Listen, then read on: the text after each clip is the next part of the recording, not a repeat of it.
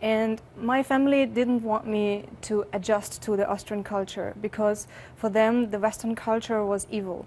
But I did love my genes, I did love my classmates, and I couldn't imagine why these people were bad people, you know, because in my father's view they were infidels, and I did not even drink in the same glass of water when they touched it before, you know. So I was raised in that kind of circle, and then with 16 years old I went to Pakistan on a holiday with my parents, and they forced me to marry my cousin over there.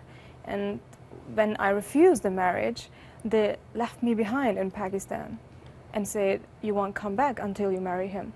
So I was sent to a Quranic madrasa there just to set me straight and so that I break up all the Western attitudes and follow the examples of a traditional Pakistani woman. And yeah, and I came back because when I agreed the marriage to the cousin. What gave you that at that moment the courage to literally run away? I mean, you haven't seen your family since, you've been living in an assumed identity. What gave you the courage at that moment to run? Actually, it's my faith today. I have converted from Islam to Christianity, and it's my whole motivation.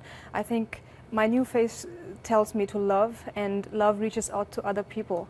And this is what I'm doing today. I know what a girl has to suffer when she loses everything, and when the people who she loves the most are the one persecuting her. And you have to imagine, we grew up in very sheltered backgrounds, and then we have this situation where we do not know how to actually live a life without your family's support. And that's, in my situation, people had never heard from forced marriage when I reached out to social services, and it made it very hard for me to actually get help from these social workers and policemen and so on. Mm-hmm. And that's why it's so important to actually educate the society about this issue, because it's an issue that is everywhere. It's in the US as well. We have a lot of forced marriage cases in America.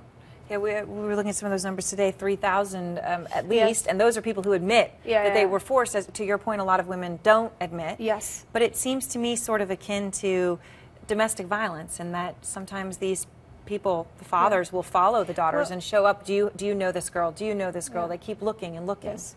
But you know, the difference between domestic violence and honor-based violence is that in the Western society, the man is the abuser, and everybody sees the man as an abuser. While in my community, the woman is the one who everybody say is the one who is committing the crime, because she has shamed the society. So people are not against the one who is the abuser, but against the women, you know. So they condemn the woman for being like that and not the man. That's the huge difference between domestic violence and honor-based violence.